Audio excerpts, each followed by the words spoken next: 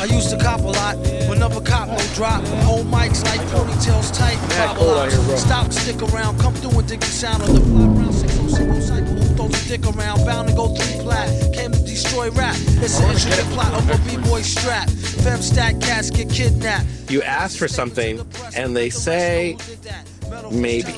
Claim responsibility. Broken household name usually set in hostility. What is MF? You silly? This is my good friend and cameraman Subto.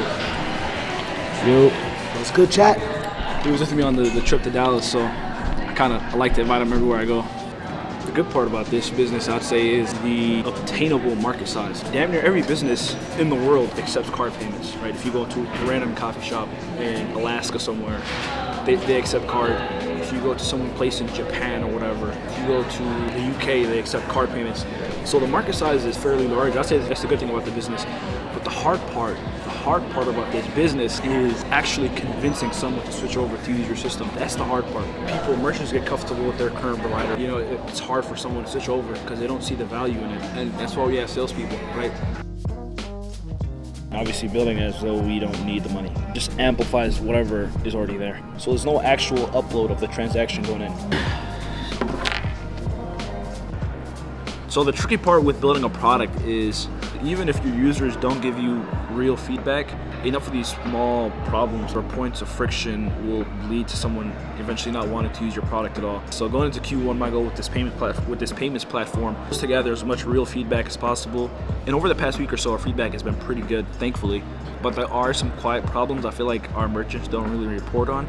And the number one thing on that list is offline processing. We don't have offline processing right now, which is probably a big turnoff if you're like an enterprise client or a high business level customer, I guess you could say. And it's not great because the majority of our competition offers offline processing. So it's one of those things we need to roll out if we want to maintain this edge in the market that we have right now. So I guess going into Q1, that's going to be our priority, focusing on product development, just improving reliability, speeding up the onboarding process, and gathering as much feedback as possible.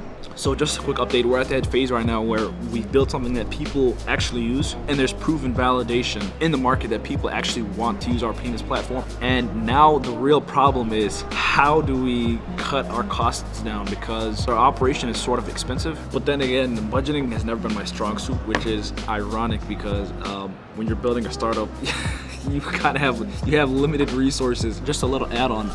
I don't know if you guys are keeping up with the news and what's going on in Minnesota, but the reason I bring that up is because there's been a noticeable drop in some of our merchants' total processing volume, especially the ones in Minneapolis. And the reason for that, I think, is because people aren't outside as much, so foot traffic has been down. And a lot of these merchants we work with heavily rely on foot traffic. So when there's not a lot of people walking around going to stores and restaurants and buying stuff, their profits are impacted directly. They're the first people to sort of feel the blowback, and that's just an observation I made working with some of these people. It's not a political statement or anything.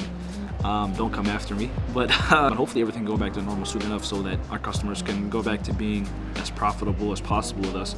And yeah, so I know I said our goal was hitting $1 million in monthly recurring revenue in the last video, which you won't be able to see because I accidentally deleted it. I was trying to delete my drafts, and then I ended up deleting that video, which is a bummer because it was about to hit 1,000 views. And I want to thank you guys, by the way, for making that happen. It did take me quite some time to put it all together, you know, the editing and color grading, all that shit. The learning curve is crazy. But anyways, I said our goal was $1 million in monthly recurring revenue, and it's within reach if we play our cards right. And that gap will be closed sooner than later if we end up closing on this round that we're raising. But I won't disclose all the details as of now, but I will when the time is right, hopefully soon. So I guess the goal here is to sort of provide transparency, because I know there's not a lot of that going around in the industry right now, especially the payments platform industry. It's very, how do I say this? There's a lot of things being gate kept. And if you're a younger person trying to break into these kind of industries, it's kind of hard, especially if you're not the best at networking, or you don't have 101 certifications and a degree. And I want to break that barrier and build in public on YouTube so that you guys can watch and sort of learn what it means to build something. Yeah, I'm thinking about starting a community for like-minded people where we can all sort of just come together and bounce ideas off of each other, collaborate on projects, startups, things like that. Let me know if you guys would be interested. I could start it and we could all work with each other.